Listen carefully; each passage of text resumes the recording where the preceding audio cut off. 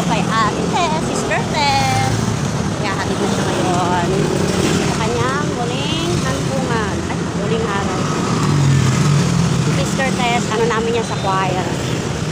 Siya yung pinaka-sisters namin sa charismatic ng bata na. At saka, choir sa choir kakot sa Calvary dito. Maganda rin yung mga naitulong niya sa amin. Ang daming sasakyan. Dito siya sa Funeraria, Pilipina.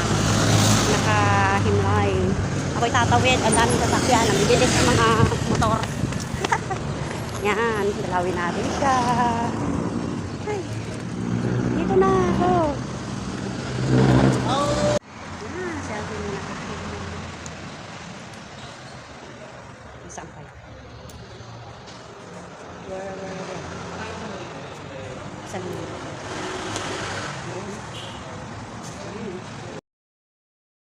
Yung bata ako, nagkakwera ko sa ano, siya yung ano, yung talagang idol na idol ko sa pagkanta. Di ba?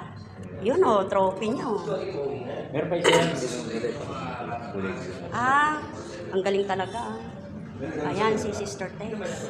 Oh. Diba dati sa, ano yan, sa kumakanta sa charismatic yan? Oo. Lector kasi ng charismatic. Kami nga yung ano, yung choir nila. Yung choir nila. Inalis na ngayon niya kasi dinala rito. Hindi ka Lalaki ang mukha. Hindi, muna ka Hindi makilala, pero ito siya. Maraming lang na dapat yung booking na.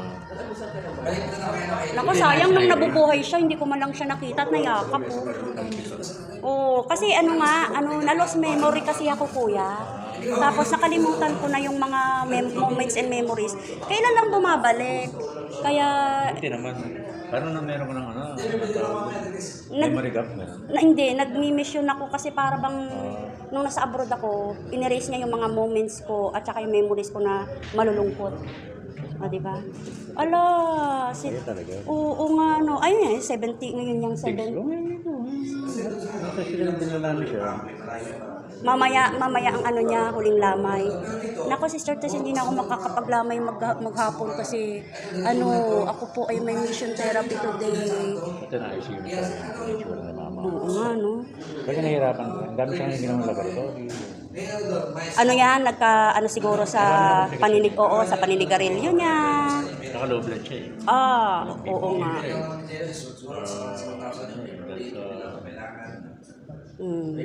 Panganay ka, kuya? Si Kuya rin. Si kuya. Ano pangalan mo, kuya? Ito eh. Si Kuya Itoy. Di ba? Itoy, ang tatanda na namin. Napagkakamalan na akong ano. Oo nga. Yung kulot, ayun. Randy. Si Randy yan? Oo, tulong na. Tulog. Puyat.